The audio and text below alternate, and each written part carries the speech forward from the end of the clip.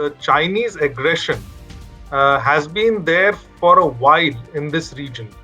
And both Japan and Australia have been wary about Chinese economic coercion for the last couple of years. Like, for instance, when it comes to Australia, it did anti-dumping investigations on Australian barley because Australia tried to expand its naval base in Manus Island, for instance.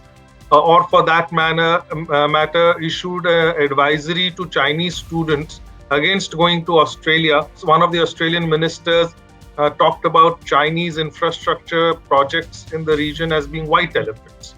So it has been using economic coercion measures against Australia and also in some others against Philippines, against Japan. And these have been issues of concern which have arisen through 2018 and 2019, reached a point of sort of crescendo, if you may, with the COVID-19 or the coronavirus issue. And after that, these countries have been very worried as to the kind of disruption China can cause to their sort of businesses. Many factories are located in China. And for instance, Australia has about, I think, 31% of its exports going to China. Separately, on the Indian side, we saw a clearer articulation of Indian concerns after the Chinese military aggression in Ladakh. So you have a coming together of many factors where everybody has come to realize that alternative to China, which till about a year or two ago was an issue of debate, has acquired urgency. And it also is known that no one country can replace China overnight. So it has to be a new economy of supply chain, which also cannot be constructed overnight. But so where do you begin? And the India-Japan-Australia initiative should be seen in that context. This idea was driven by Japan immediately during the coronavirus crisis. Itself, Shinzo Abe had announced a $2 billion fund to help Japanese economies relocate to Japanese companies relocate from China.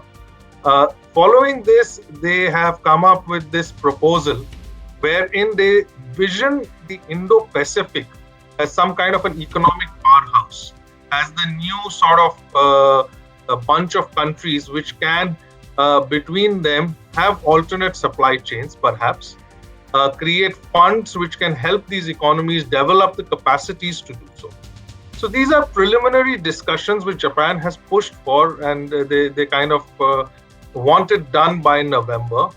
There is equal amount of interest in Australia and in India. We know now, given our own security situation, there is hectic activity around it.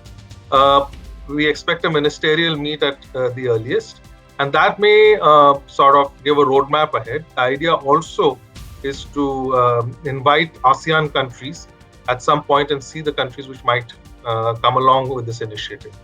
It's also to be seen how China responds. So yes, it's a new political play to make yourself economically secure. China continues to maintain huge leverage, and the problem is China has used this leverage in an aggressive manner.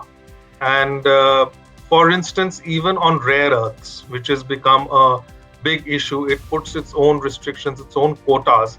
Even though Japan won a dispute at WTO, it's still not been able to make a behavioral change in China's approach towards rare earth exports. Australia and US have entered into an understanding to develop some kind of a China-free rare earths trade.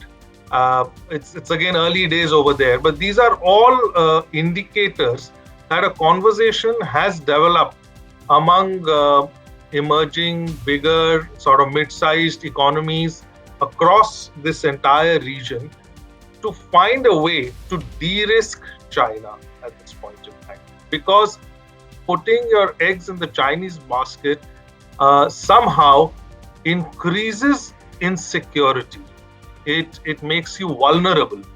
And that is something no political entity, and most of these are democracies, can wager at this stage. Huawei has 5G technology, which is far superior to what is available in the market as of now. But no one is willing to take it from them. In fact, they find it against national security. Where there is a necessity, you will buy from China. Nobody is saying that the world is erecting a great wall on China. But the word which is being used is reduce dependencies. And that doesn't mean you stop buying what is necessary from China. But dependencies will be reduced. And if at all you have to buy something necessary from China, I'm sure as soon as something like that happens, alternatives will also emerge in the market within 6 to 7 months. That kind of consciousness has arisen across democratic economies, for sure.